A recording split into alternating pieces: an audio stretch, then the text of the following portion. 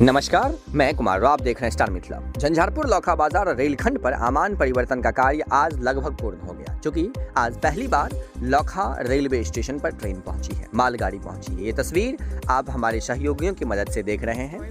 Laukha railway station Nepal border से सटे होने के कारण इसकी एक अलग ही महत्वता है। जब छोटी गेज की ट्रेनें इस रेलखंड पर पूर्व में चला करती थी, तब इस रेलखंड पर लौखा के लोगों के साथ साथ नेपाल के भी कई लोगों को फायदा होता था, जो यहाँ से छोटी गेज की ट्रेन लेकर दरभंगा पहुँचते थे और दरभंगा से आगे अपनी यात्रा सुगमता से करते थे। आज एक बार फिर से इस क्षेत्र के लोगों में एक नई उम्मीद की किरण दिखाई दी है। कई लोगों का मानना है यहाँ पर जो रेल महाप्रबंधक और डीआरएम विनय श्रीवास्तव के निरीक्षण के बाद ही उम्मीद इस रेलखंड पर ट्रेन परिचालन को लेकर की जाने लगी थी। पिछले कुछ महीनों में जिस प्रकार से रेलवे के द्वारा इस क्षेत्र में कार्य की गई है, वो काबिले तारीफ है। पिछले 6 महीनों में महज 35 किलोमीटर का आमान परिवर्तन का कार्य किया गया है, जिसमें से लगभग 13 किलोमीटर पर सीआरएस निरीक्षण भी कर ली गई है। जानकारी के लिए आपको हम बता दें, झंझारपुर लौखा रेलखंड पर 3 चरणों में आमान परिवर्तन का कार्य किया जा रहा है, जिसमें प्रथम चरण में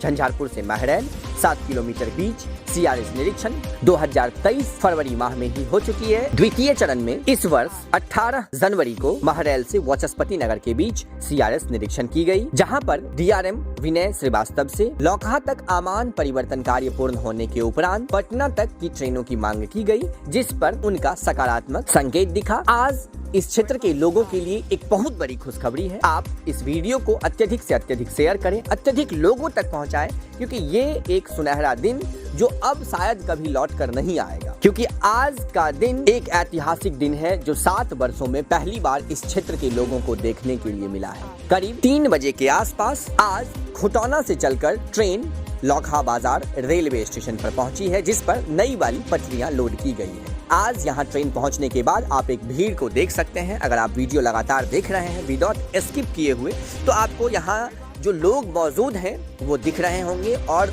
उन लोगों के द्वारा अब कहा जा रहा है जो अब वो दिन दूर नहीं जब लौखा से लंबी दूरी की ट्रेनों की परिचालन की जाएगी। यहाँ पर कुछ लोगों से बात करने पर पता चला जो यहाँ के लोगों की मांग है, जो कम से कम शुरुआत में इलेक्शन से पूर्व जब ट्रेनों की उद्घाटन हो, तो दरभंगा के साथ साथ कम से कम एक ट्रेन पटना के लिए भी दिया जाए, ताकि इस क्षेत्र के मध्यम वर्ग के छात्र छात्राओं को, जो अधिकतर पटना अपने पढ़ाई लिखाई से संबंधित कार्य से जाते आते रहते हैं, उनको काफी फायदा होगा। तो आप लोग वीडियो अत्यधिक से अत्यधिक शेयर करें, अत्यधिक लोगों तक पहुँचाएं, रेल मंडल को टैग करें, ट्विटर पर लिखें और अपनी अपनी मांग रखें, क्योंकि आज का दिन एक ऐतिहासिक पल है। ये तस्वीर अभी आप लौखा रेलवे स्टेशन से देख रहे हैं। लौखा रेलवे स्टेशन की अगर हम बात करें तो लौखा रेलवे स्टेशन पर प्लेटफॉर्म नंबर 1 और 2 के साथ साथ एक मेन लाइन का निर्माण कार्य किया गया है। आज जो ये ट्रेन आई है, ये मेन लाइन पर आई है, जो आपको दिख रही होगी तस्वीर में। ये इस रेलखंड का आखिरी स्टेशन था। इसके बाद कुछ किलोमीटर के आगे नेपाल बॉर्डर शुरू हो जाती है।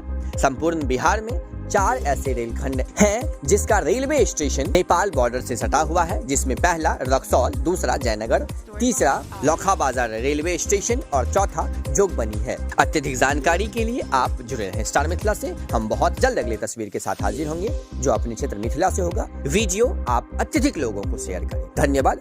आप देख रहे थे स्टार मिथिला।